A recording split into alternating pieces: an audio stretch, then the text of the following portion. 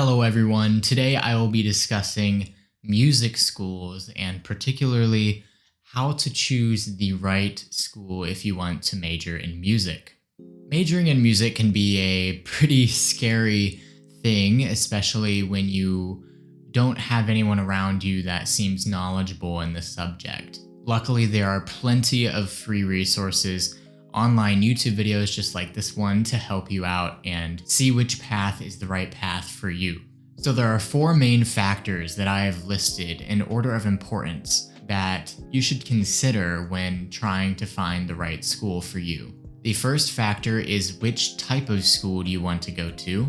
The second factor is how many of the alumni of that school have been successful, particularly in what you want to do.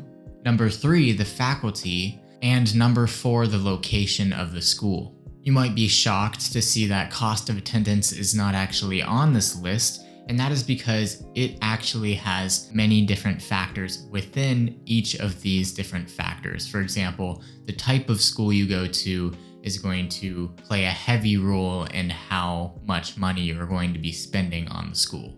And just a disclaimer before we get started, you really need to understand that there is no one defined path that you can just put yourself on and expect to achieve greatness. Obviously, there's no right path with any career field, but especially in music, there are so many different specifications, so many different schools, so many different opportunities out there, so many different types of music, and there's not really one school that will guarantee you anything. Full disclaimer, I am a conservatory student and I am planning on studying abroad for graduate school. So the most important aspect to consider when trying to find a music school is, what do you really want to do after you graduate? What are your hopes and what are your dreams? This will of course change throughout your time at school, so it's also good to find a school that has lots of different options, lots of different paths, so you can kind of explore which one, especially if you're on the fence right now. But if you have in mind exactly what you want to do, or you look up to someone that has a very specific career, for example, an orchestra job, or for example, your high school band teacher, this will give you a leg up in school selection. So there's two main types of schools: colleges and conservatories. Now, there are some exceptions to this rule that I'm not going to name, but just to know that for the most part, music schools are pretty much either from a state or private university, or they are a private institution that specializes in musical performance exclusively, which are conservatories. Usually a good rule of thumb is, if you want to be a teacher, for example, K through 12 teaching, majoring in music education, you will want to go to a public university, one that is ideally big enough and in a popular enough area for you to get teaching internships while you're still a student there. And conversely, if you strictly want to be a performer, you want to be in an orchestra, or you want to be a soloist, a conservatory is usually the right path for you. That's not to say that you can't be a successful performer if you went to a college instead of a conservatory. There are many people who are exceptions to that sort of stereotype, but I only say this because conservatories specialize exclusively in music performance instead of music education. This is a big factor for considering money. Public colleges are so much cheaper than private conservatories. This is because they're funded by the government. You will be in a far better financial situation if you go to a public school, just because you have that decreased tuition. Small private colleges that are not exclusively music schools also give out big scholarships to music majors, so that is something else to consider. If you look at the price difference between some of the top conservatories and some of the top state schools, there really is no comparison there. The second thing you'll want to consider is the success of alumni. And this is really important, and I think this is actually undermined a lot in the music community. Of course, the past doesn't guarantee anything in the future. For example, if you go to a school that is say, new and doesn't have a lot of successful alumni just because it hasn't been around for very long. Conversely, there are many people that go to the bigwig conservatories that everyone's heard of and have not been so successful. But I believe it is very important to look at the school's track record. And what I mean by this is look into what you specifically want to do after you graduate. If you just want to be in an orchestra and that's all you want to do, then look at the top paying orchestras in the United States and see the schools that the musicians in that orchestra went to, and look at your specific instrument. Just because a school is good for one instrument doesn't mean it's good for your instrument. And you have to understand that, at least in the United States, schools kind of act as businesses. They want you to go there. They want your money. They want your attention.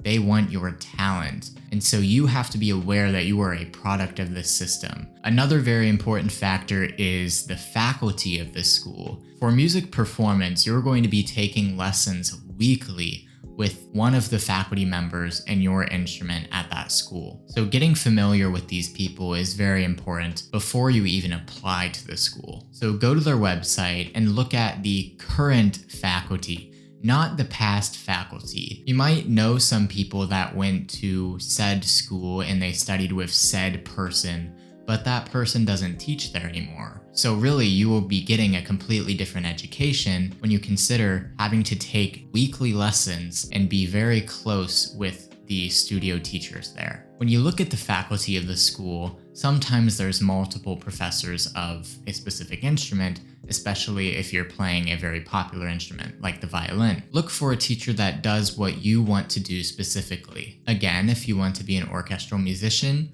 look for one that is full-time in a popular orchestra. And if there are none that do what you want to do specifically, you might want to consider a different school. If you do find someone that you're really interested in because they do something that you really would love to do, try to get in contact with them via email. Their email is usually listed on their website page, and try to get a trial lesson with them if you're serious about attending that school. Teachers do this all the time and sometimes free of charge. Having a lesson with the teacher will give you a really good idea of, is this someone I would like to study with for the next 4 years of my life? The last major factor you should consider is the location. This is also sometimes overlooked, and it's not the most important thing about the school, but it is important to consider when you realize that you will be living there for 4 years. You want to be in a place that you feel comfortable in your craft. You want to be in a place that has lots of people that do what you do, so you don't feel alone or like an outcast. And you want to be in a place that has lots of opportunities for what you want to do,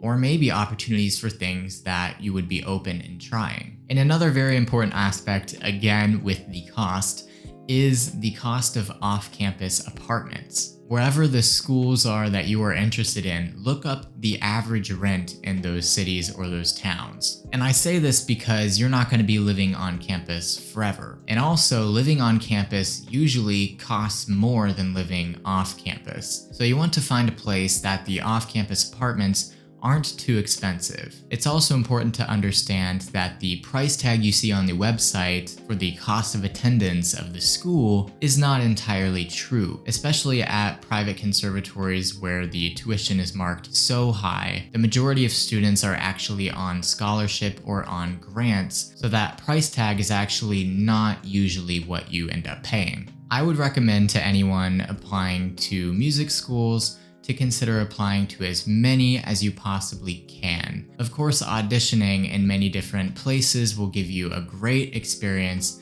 and just make you a better musician overall, but also it's really important to cast a big net and see what schools give you. Maybe one school will give you no money in scholarship, but another will give you a full ride, and you really don't know unless you apply. And you should also understand that there's a lot that goes on behind the scenes when making the decision to accept or reject you for certain schools that has little to do with how you played in your audition. There are so many different factors that schools consider, so it's important to apply to a wide range of schools, ones that you feel you will get into, and some that you feel that you might not get into, because you really never know what could happen. And like I said in the beginning, you have to know that there is not one path that will guarantee you success. You really have to make your own path, especially in music, because not two people are the same, and you have unique talents that you shouldn't compare to anyone else. I hope this video helped in your music journey, and if you're a fellow flutist, please consider subscribing so you can see more flute content. Good luck with your journey, and thanks for watching. Bye.